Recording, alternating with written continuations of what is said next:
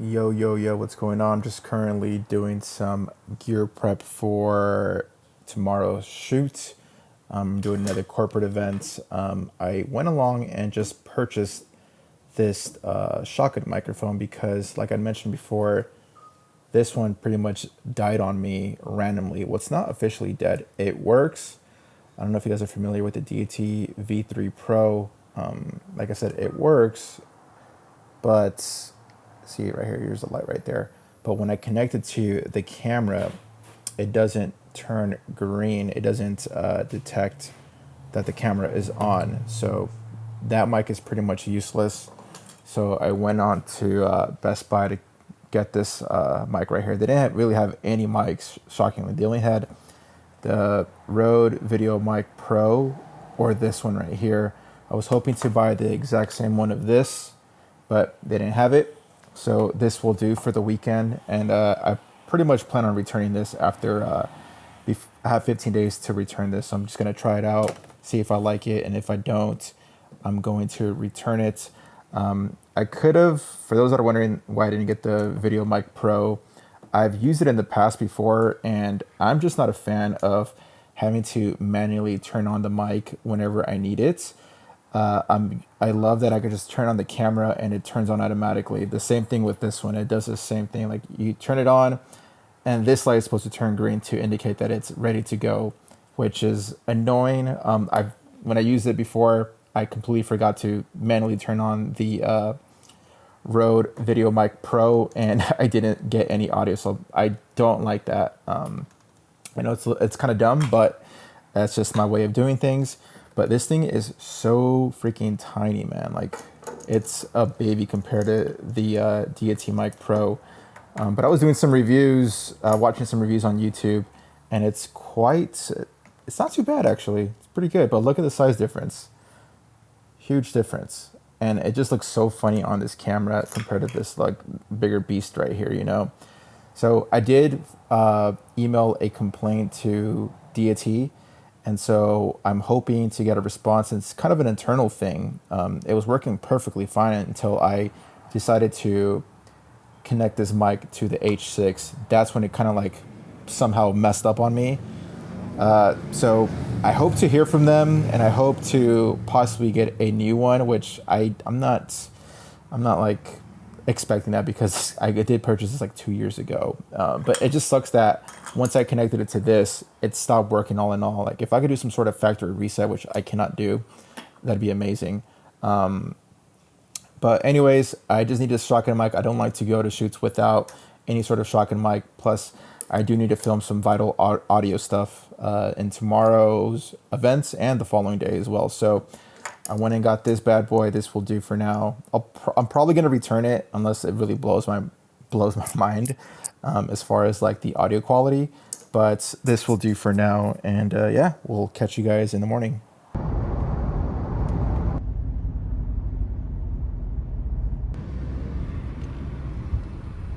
Yo, what's happening? I just got done driving 3 hours, 30 minutes to get to this country club in Bakersfield. That took a lot out of me, but I did come a little too early because I was anticipating traffic. I don't want to deal with a risk of being late, and this is a very important corporate event that I'm going to be filming.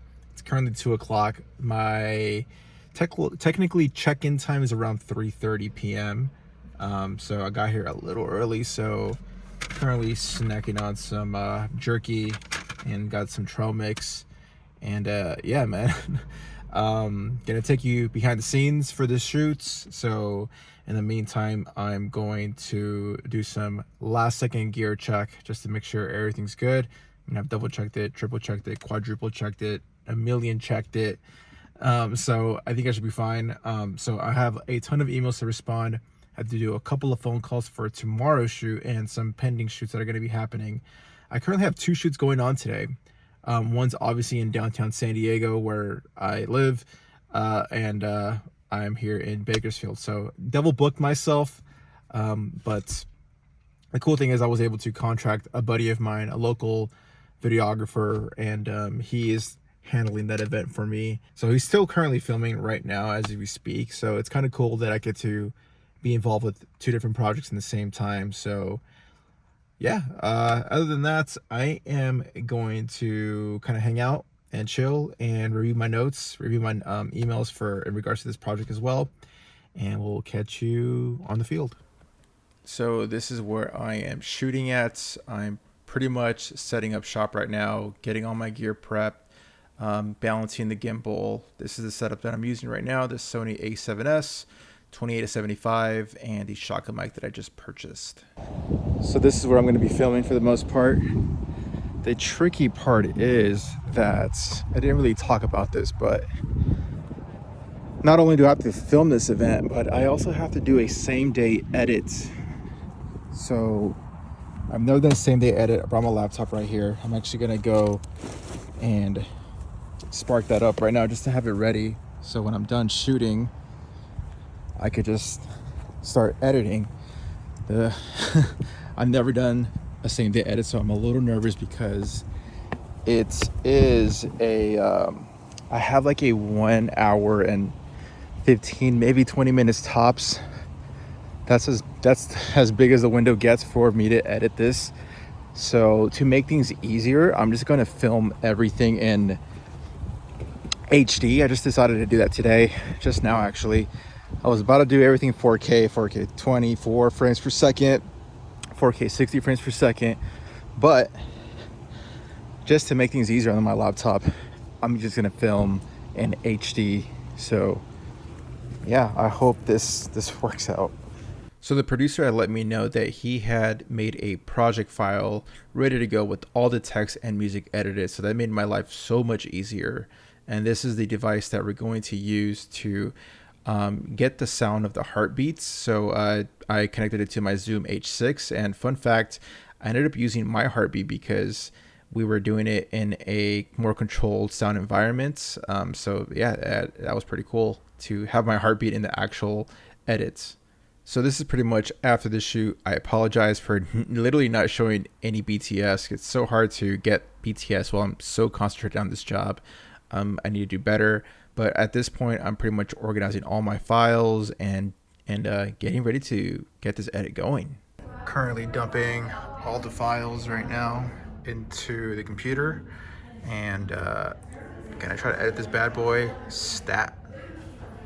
So this is technically my second job with this company, which is a hospital. And so the first job I did for them was a very simple 60-second reel. And this is actually a lot bigger since it's like a corporate. So it was cool to actually meet the person I've been communicating with for the first time and show face. We've been communicating via Zoom for the last month or so, talking about this project. So it was cool to actually get to see them and actually work with them and have a sense of who I am and what my vibe is. So yeah, this job was very important to me because obviously it's a corporate event and it's a same day edits, which is something I've never done before. And B, like this could be a start of a great relationship. We're currently in talks of a long-term retainer plan right now. So I really wanted to show out and let them know like, hey, I am serious about this. I am dope at what I do. And I'm going to kill this for you guys. So yeah, I think overall the shoot went really well. The editing was pretty flawless since I shot everything in HD.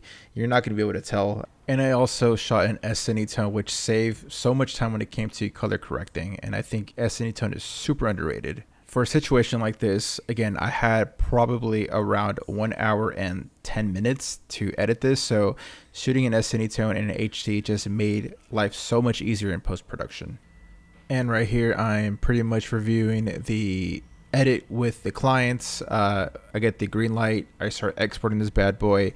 And we do one last revision, the final export, fully rendered and whatnot, while having dinner. And the dinner was super fire, which I was looking forward to eating because I was starving at this point. We're pretty much showing the entire video to the 200 plus guests at the very end of the night.